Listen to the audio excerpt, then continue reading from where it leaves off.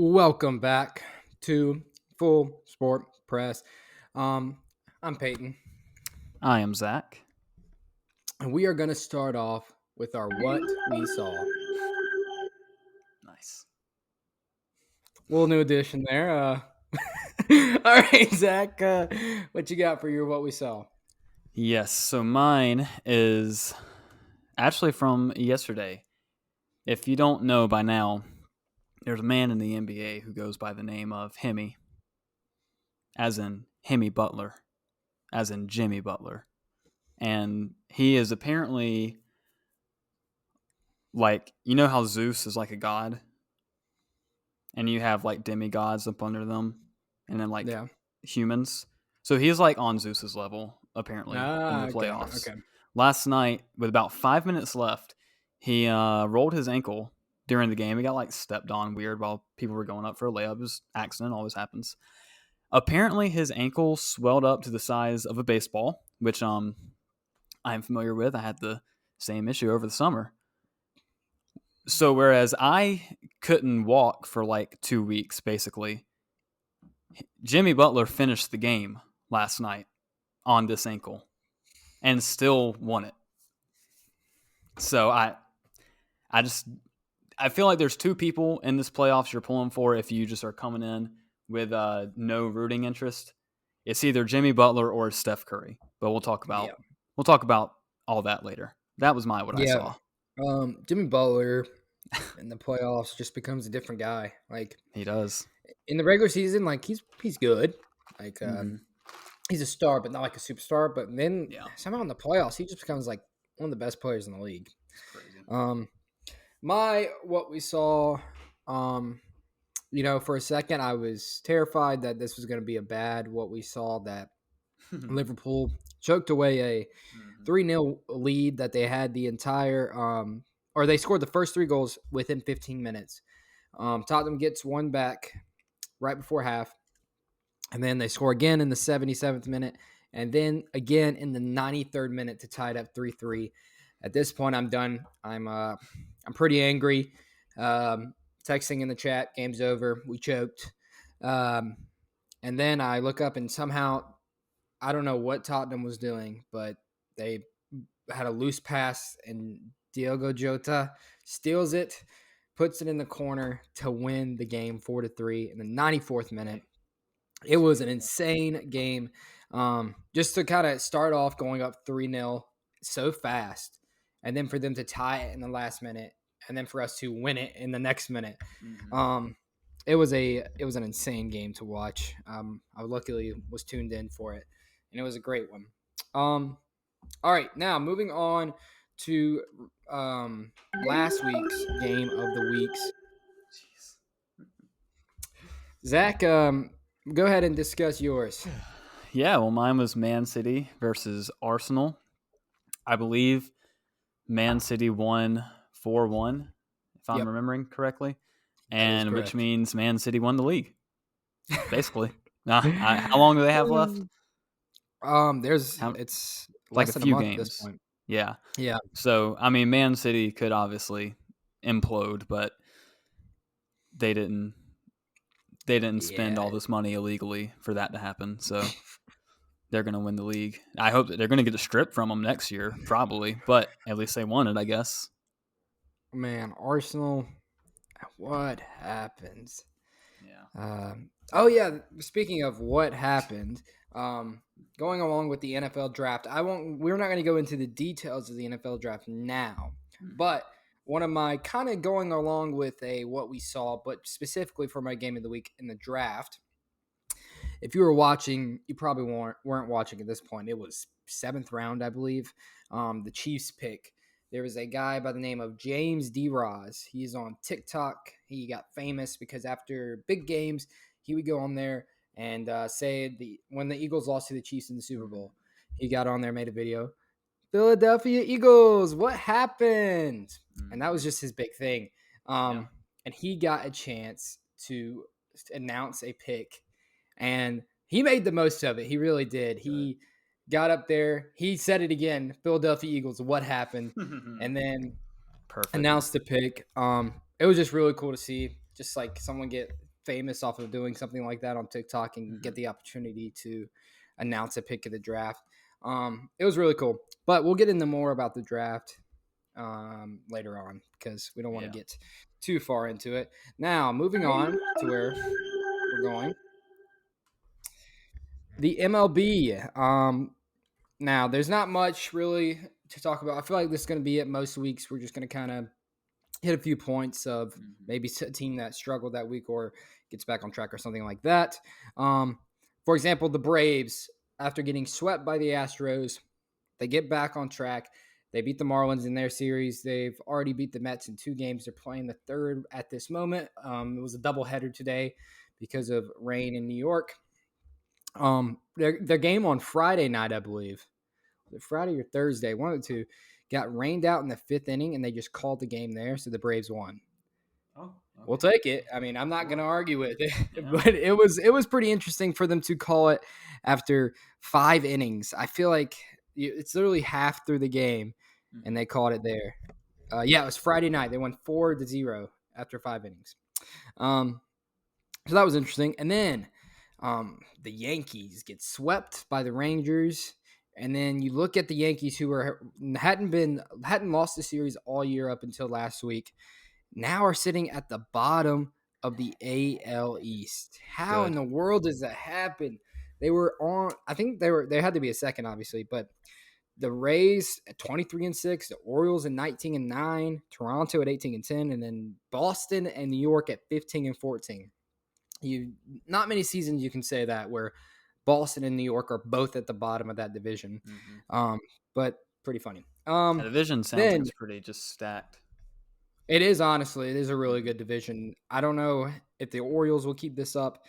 I assume the Rays will at this point. They're insane. And also on the other side, we got the Pirates at 20-9 still. I don't know what is happening there. They are killing it, along with the Rays at 23-6. Both of those records are just insane. And the Braves are right behind that with 19-9. Damn, not too bad. So yeah, just a little update on those. Diamondbacks still at the top of the NL West. So MLB season is pretty interesting so far as who's at the top of the division. It's kind of unexpected. Well, I got to over the weekend go to a minor league baseball game. Oh, how was that? Indianapolis Indians. I think that name might be changing at some point to like the Circle City Baseball Club or something. But it was good. It was just a minor league game. We won. We beat the Columbus Clippers. There were like 2 or 3 home runs, I think. It's a pretty good time. Columbus Clippers. Interesting. Yep. I know that the Indians are a farm team for. I did know. Oh, the Pirates. Oh, so, okay. I have no clue about Columbus. So, but it was fun. Good time. There you go. It'll be a lot more fun during the summer. That's true. If you're familiar, this is a Charleston River Dogs hat, which is my local minor league team. So I guess we're shouting out minor league baseball this week. Before we move on, I have a sort of announcement. I meant to do this at the beginning, and I totally forgot. I have shaved my head. Nice. So there's that. Just wanted to let everyone know that has been done. All right, moving on to our next topic. Soccer. That would be soccer. So, talked about Liverpool. I don't want to get fooled again, but they have been on a pretty good stretch, I would say. Even though they almost ruined it against Tottenham. They beat Tottenham. They beat West Ham. They beat Nottingham Forest. They beat Leeds. And they've tied Arsenal. That's their last 5 games. Pretty good streak. They actually made a huge change as far as, I don't know if it's just when we had the ball or how it works, but Trent Alexander-Arnold, the right back, has been moving into midfield and kind of been like a more midfield guy instead of the defender because he is so good at passing, but he has struggled at defense. And it's been working out pretty well, obviously. I mean, ever since they've done that, it's been a good run for them. I can never and will never say a bad word about Trent Alexander-Arnold. Corner taken quickly. If you know, you know. Oh, man. If If you you don't know, look it up. look it up. That is one of the greatest moments of my life. I will never forget that. Yeah. Um, all right, then we had just finished a few minutes ago Leicester City versus Everton. That is a big deal because Everton and Leicester City were both sitting at 18 and 19 going into this game. Mm-hmm. They drew 2-2. So with that now, at number 16, we have Leicester with 30 points. At number 17, we have Leeds with 30 points. At number 18, we have Nottingham Forest with 30 points. Now, keep in mind, 18, 19, 20 relegated. Mm-hmm. So right now, Nottingham Forest would be relegated. And then you have Everton at 19, Southampton at 20. I'm going to go ahead and probably eliminate Southampton. I think they'll be gone, barring some crazy event. So that game put Leicester back out of the relegation zone because they do have the goal differential on both Leeds and Nottingham Forest. So it's about to get down to the nitty gritty for all those teams right there: Leicester, Leeds, Nottingham Forest, Everton. That is going to be a finish to watch because it could go any way. I don't know if any of them are playing this weekend. Man City plays Leeds.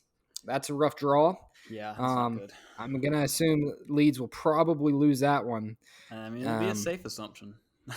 And then Fulham plays Leicester and Brighton plays Everton. Nottingham Forest plays Southampton. Nottingham Forest really needs to win that one because that would really push them ahead. We'll talk more about that next week once we get some more results. And I think it'll be an interesting – that'll almost be more interesting than the title race at this point. Oh, yeah. Which, speaking of that, tomorrow, if Arsenal wants any chance, they play Chelsea tomorrow. That should be a win. Chelsea has lost their last 5 matches. If you lose that one, you draw that one. I will officially say it is over. We're almost at that point. It won't take much more. If anything happens there, they're done. Because you can't count on Man City to get a draw or to drop points. You cannot. It's Man City. Which they're going to need them to. But Arsenal for sure can't, especially against how Chelsea is playing right now. You cannot lose to Chelsea. So that will be interesting to see. That's tomorrow at 3. And Man City plays West Ham on Wednesday at 3. So both, if you're looking at the title race, those are 2 interesting games to kind of keep an eye on. All right. Oh, and then, sorry, I forgot to say this. Sunday, Arsenal plays Newcastle, who's currently 3rd in the table. So they got they have a upcoming tough matchup there. That another one they're gonna have to win. All right, moving on to the NBA. There it is. That's what I was waiting on. My sound. All right, I forgot to click it. Yeah, with the NBA, the first round is officially complete. So Jimmy Butler and company bounced the Bucks, the number 1 seed. So that's probably the most shocking result, I would say. Maybe Lakers Grizzlies, but I don't think that one's as shocking as Heat Bucks. Yeah.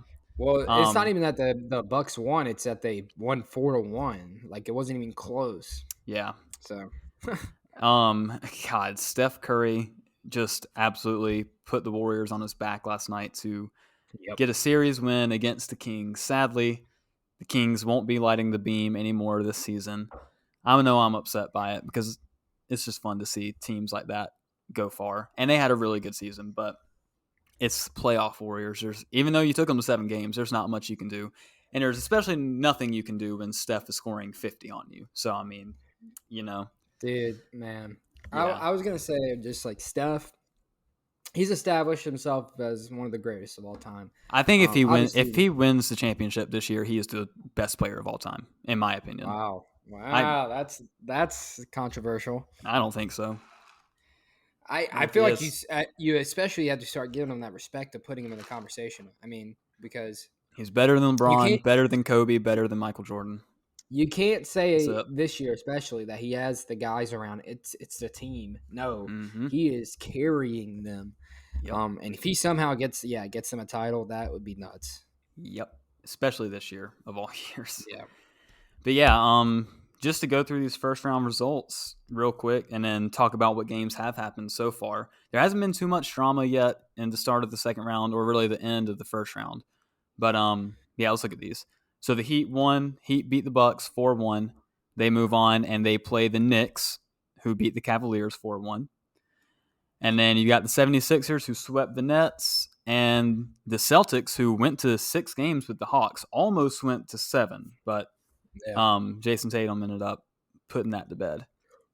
Then on the West side, you've got the Nuggets, gentlemen sweep the Timberwolves 4-1.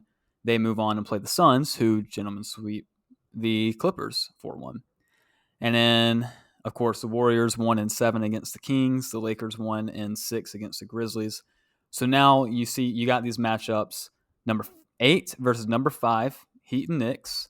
Right now, Miami is up 1-0. They played yesterday. That's the game Jimmy Butler got hurt in. But he's okay as far as I've seen and heard. I mean, he finished that game. He should be fine. The other series in the East is number 3, 76ers versus number 2, Celtics. They have their first game tonight at 7:30.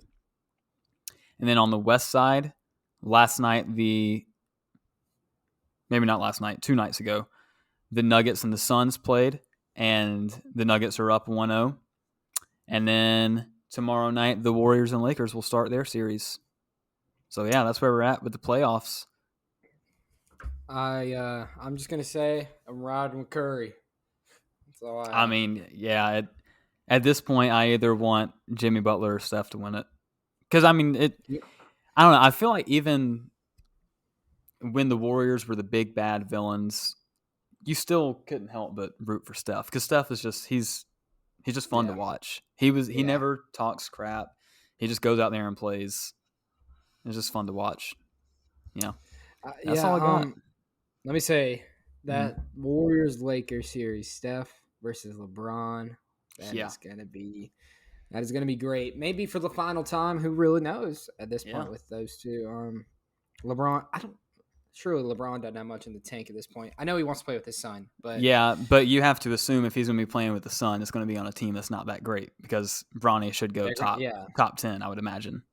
So yeah, you would think. All right, moving on to women's basketball. Honestly, don't have a whole lot here. Just one little update, and it's not even little. It's a pretty big update. So if you were living under a rock at the end of the basketball season last year, then you don't know that LSU beat Iowa in the championship. LSU was your national champions. Angel Reese had an amazing final game in that season. And next season, she just gets to add more firepower to her team with Louisville transfer Haley Van Lith. This is going to be a terrifying team. Haley Van Lith was Louisville's top scorer. She can just do whatever she wants with the ball. She can assist like crazy. She can score like crazy. If she gets into that paint and drives on you, it's over. So this LSU team, who did lose a few people to the draft, they're going to be looking scary next year with Haley and Angel running it. I know I'm worried as a South Carolina fan. So, but yeah, I mean, that's really all I have for that. It's going to be scary. Yeah, that's crazy. That's like, I'm trying to think of a good comparison in the men's. I'd be like, who just won the title? Why am I blanking? UConn. It's big. Okay. It would be like,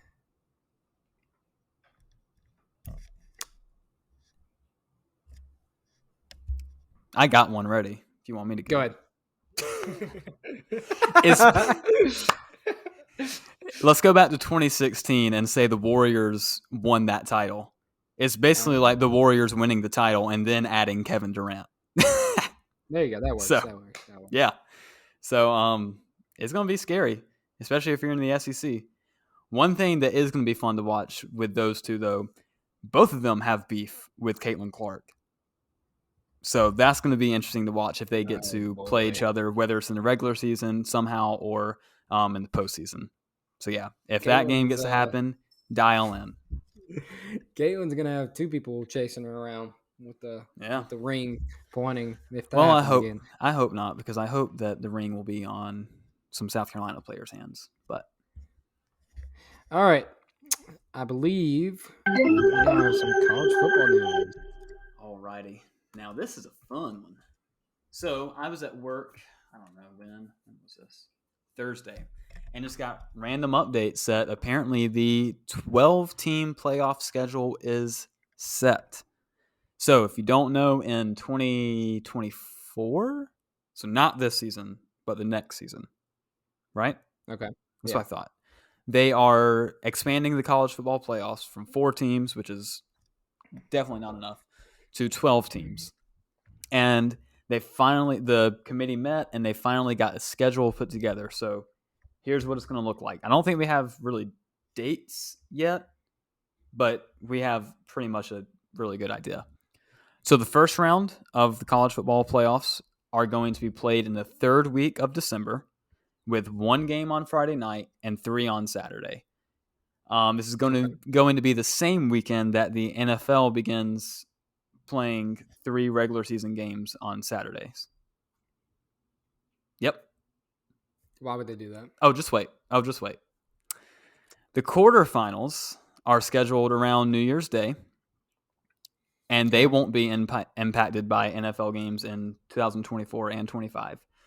There will be 3 quarterfinal games expected to be played on New Year's Day, and the other either on New Year's Eve or the day after New Year's Day, depending on how the calendar falls.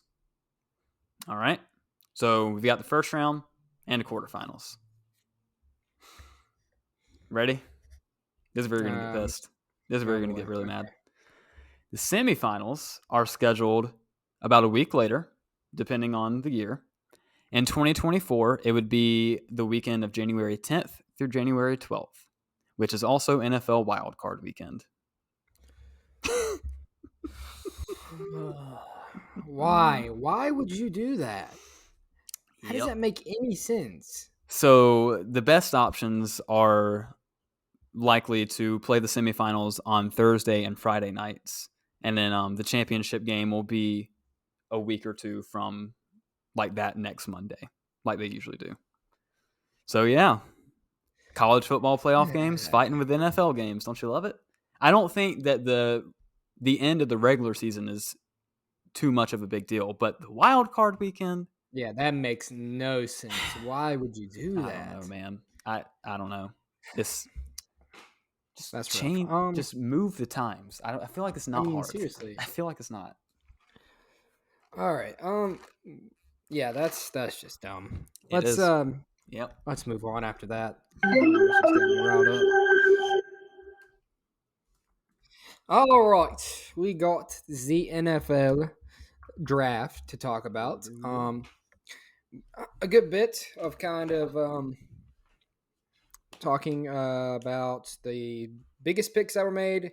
Zach, look at the bottom there. Maybe while I'm talking for a second, you can figure out what you want to say for those.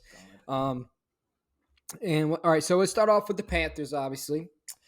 Bryce Young, taking number 1 overall. Yep. Thank God. Yep. I got scared for a second. We were sweating that one out. I'll tell you that. We were on FaceTime, and we saw Bryce Young's face, and it looked like he didn't really have any emotion. And we were like, "Holy cow!" We were like, "They picked somebody else." So they did that first round. Second round, they get what's his first name? Jonathan Mingo. Yes.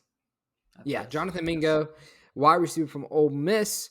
Now, coming in, he wasn't really on my radar. He wasn't on the top guys I was looking at, but he did get the Steve Smith stamp of approval, and apparently Steve Smith told the Panthers to pick him. So good. I'm okay with that. And fun fact, people were looking back at some of Steve Smith's old wide receiver rankings. Cooper Kupp's draft class, he put Cooper Kupp number 1 somehow, and he was right about that. So I'm going to put faith in him for that one. Then we had the first shock of the draft. Starting in at number 2, people were kind of convinced the Texans may not take a quarterback. They were going to go defense or something, or trade or something crazy. But they end up going C.J. Stroud. Yep. And then They trade for the number 3 pick right after that and pick Will Anderson. They said we won't. They said you think we're getting Stroud or Anderson? We're getting both. Um, that I, was pretty wild to see. it was. I don't think it was good, but Yeah, I mean, I they gave up one too much, in my opinion. that, and I mean, they're not really a great team at all. No, I don't know no. if they're in the position where you should be trading up for 2 guys. I Mm-mm. think you need all those picks. You got a lot of positions of need, and I don't think you're in the position there to give it up. But who Whatever. knows? Not my All right. franchise. Then we had the Colts. From what I had read, everybody Yeah. thought the pick was Will Levis, Nope. and then they went Anthony Richardson. Hell yeah. Um, that will be interesting to see. I'm I excited don't. about it. I'm not sure if you think he'll start. I don't think he'll start right away. I It'll hope be not. It'll be Or Minshew. because that would be crazy. I Then mean, we had if the it was him or Levis, I don't want either one to start right away. But I'm happy. that's I'm happy we got Richardson, especially with Steichen just finishing working with Hurts. That just he has a quarterback who he knows how to work with. yeah. Whereas, and he's got more raw talent, I would say, than Will Levis. So All right, moving on. We had the questionable picks from the Detroit Lions. I know Bill Ray loved the picks. He's our did. friend that's a Lions fan. I Yes. got to be honest. Jahmyr Gibbs was shocking. Not only because I didn't really feel like it was a position of need at the moment, but also trading or not trading up, but picking him at 12 felt unnecessary. It did. That everywhere I'd seen, he was falling to the 30s, probably Yeah. probably into the first at best. And they said, you know what, we'll just we'll pick him 12th. So that was certainly interesting. And then at 18, picking Jack Campbell, who could be a great inside linebacker, but on the ESPN big board, he was number 58.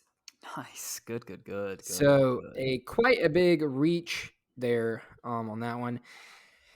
I don't know what's going on. I mean, at this point, you do have to trust the Lions. Hopefully, they know what they're doing. Dan Campbell, DeAndre Swift. Did he get traded officially, or he just? Thought he did. I think he did. Right, Eagles, right? Yes. Oh Yeah, my so God! The Eagles get another Georgia player. So yeah, DeAndre Georgia Swift Eagles is gone. So I guess that was their plan all along. Apparently, he asked for a trade. So I believe that's what I read. And then, I mean, with not only that, though, they also did just pay David Montgomery a pretty big contract.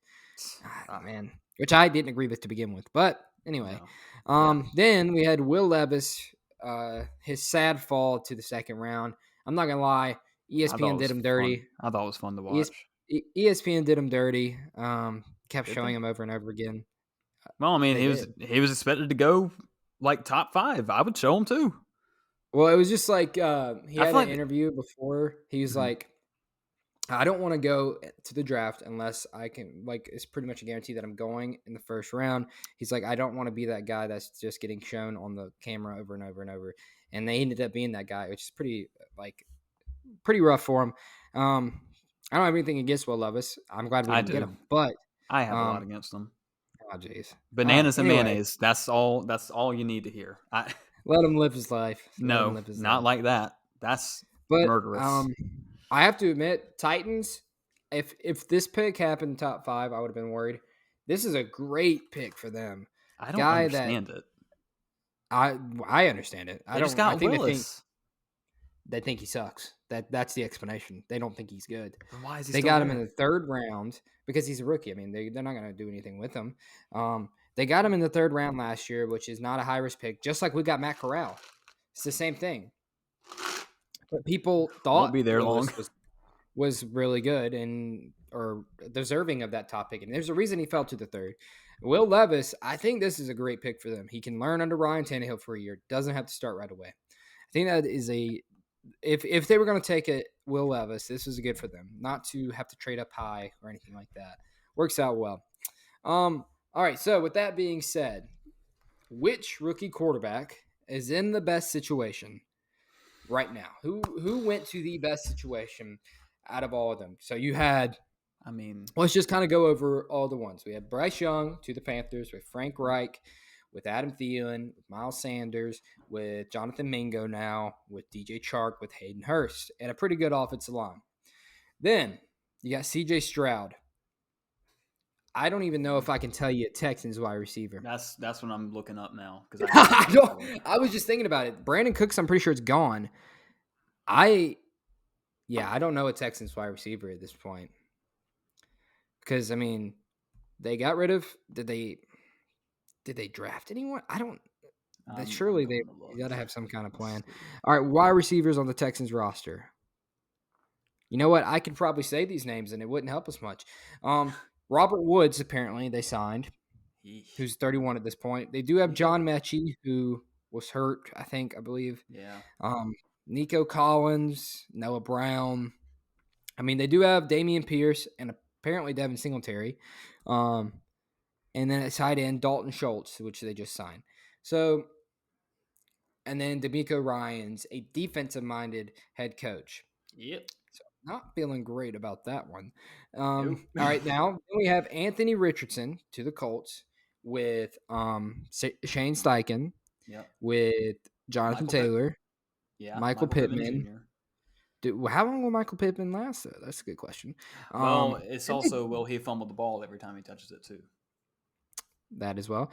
And then they drafted Josh Downs. I don't know how much he'll play for the first year, but they drafted Josh Downs from North Carolina. Alec Pierce last year. And then they got Mo Alley Cox. And that's about it there. Isaiah McKenzie. Yeah.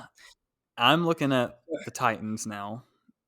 Yep. And oh my gosh. Treylon Burks, Chris Moore, Nick Westbrook, something. I really don't want to be that guy, but I feel like how is it not Bryce Young? I have to the only one you can even make an argument for. Or hold on, we're not done actually. Hold on. Who else? Hendon Hooker. Oh, he's not to playing the this Lions. Year. We're not saying he's okay. We'll just say for those four this year. Yeah, even it's hard still, to even say Bryce Young. Yeah, but even if you put Hendon Hooker in, I still think it's Bryce Young. Because as much as I feel like the hate on the Panthers' weapons is way overboard. That is a solid group. It's not the best. It's not flashy, but it's way better than any of those situations, and you can make something happen with that. Yeah.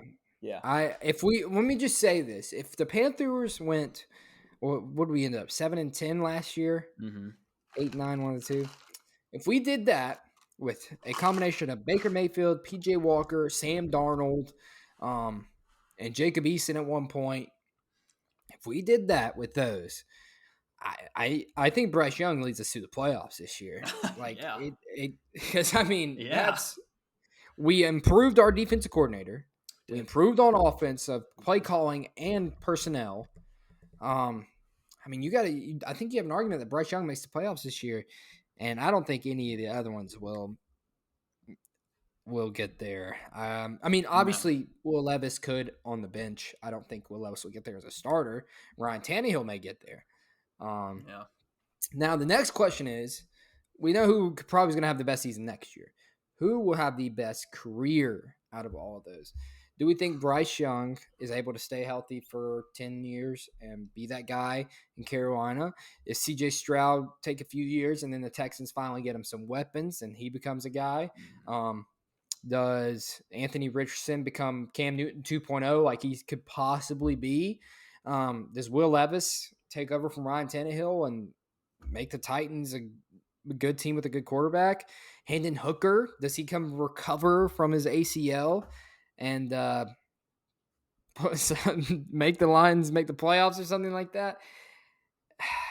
I don't know. I feel like we're going to both – I have to say – with the trajectory of the organizations they went to, I'm between Bryce Young and I'm between Anthony Richardson. I don't trust the Texans. I wouldn't trust the Texans. I'm saying that because of Shane Steichen. No one else. Yeah. If anyone can make it happen, I believe it would be him. I think so too, but I feel like the Colts are going to work against themselves. But Same thing.